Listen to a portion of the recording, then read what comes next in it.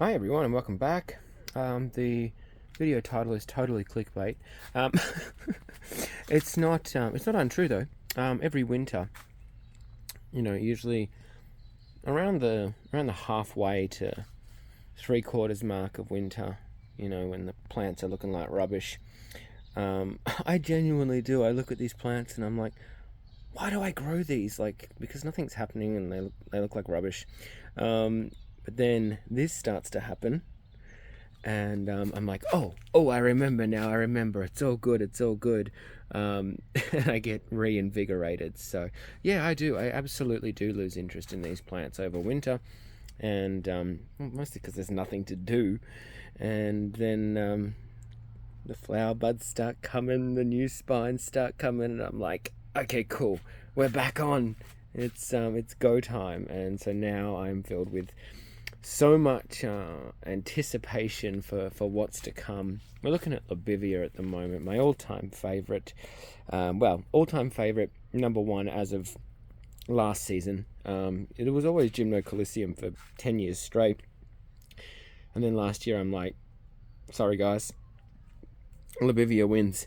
So yeah, Lobivia are my favourite now, which is what we're looking at, and I think they're amazing. They look a little bit rubbish because I did Mancozeb spray the other day, which I usually do in winter and then again in spring.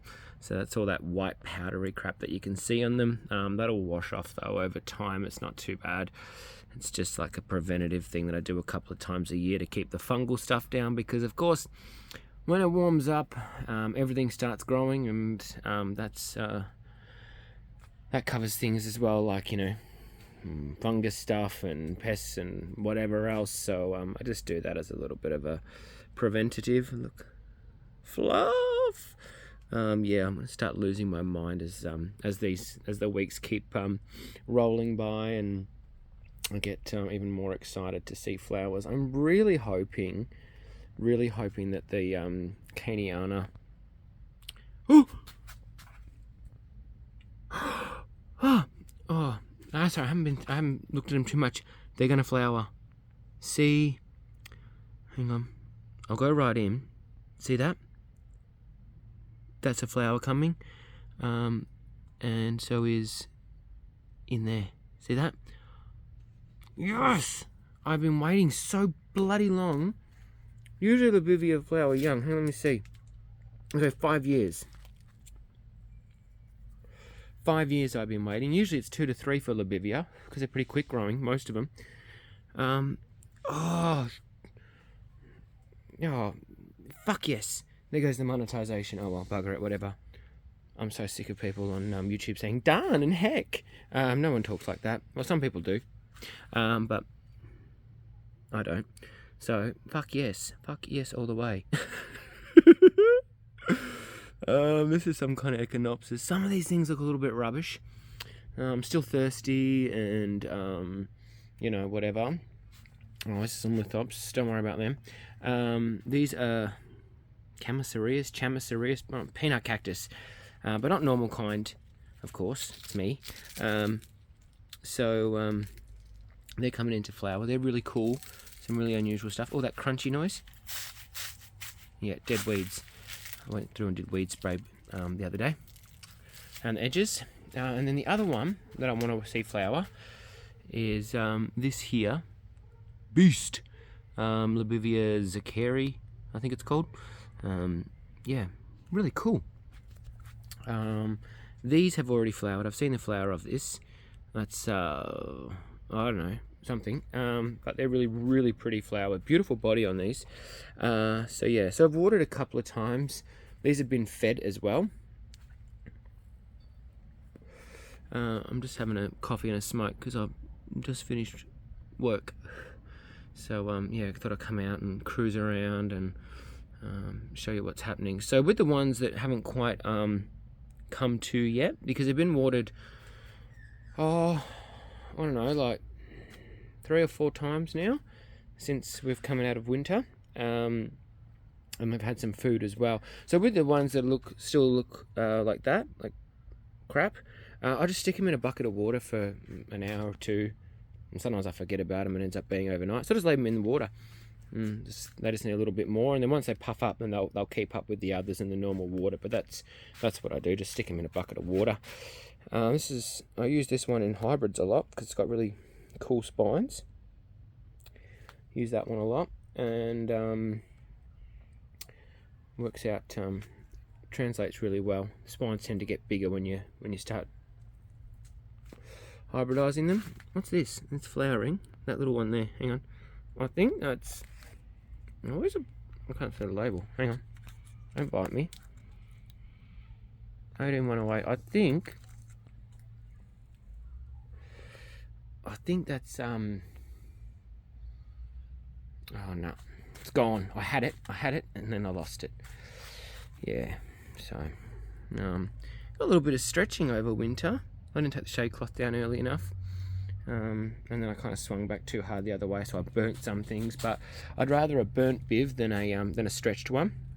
There's a couple of things in here that aren't labivia, but like this is a Echinopsis crossed with Scopula. I think this and this come from the same seed batch. A friend of mine gave me these, so I got them in here because I like them, and yeah, I don't often buy plants, but sometimes people will be like, "Hey, I've got this cool thing. Do you want one?" And I often have to say no because I don't have a lot of space left. But sometimes I'm like, "Yeah, cool. Let's give that a go." It's a little Arachnacantha. These are some of the LVs coming into bud, which is nice. I use the LVs in a lot of the hybrids as well. Yeah, so I thought I'd look at labivia today because they're the ones that that reinvigorate the passion. So yeah.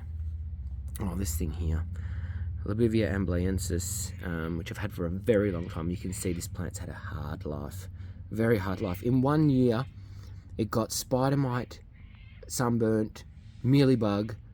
Oh yeah, like it got trashed. You can see down the bottom there.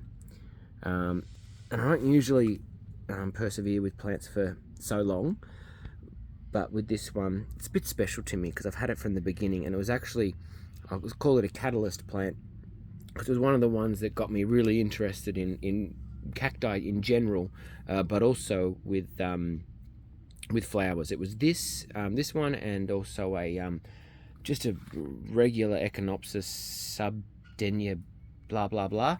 Yeah, that one.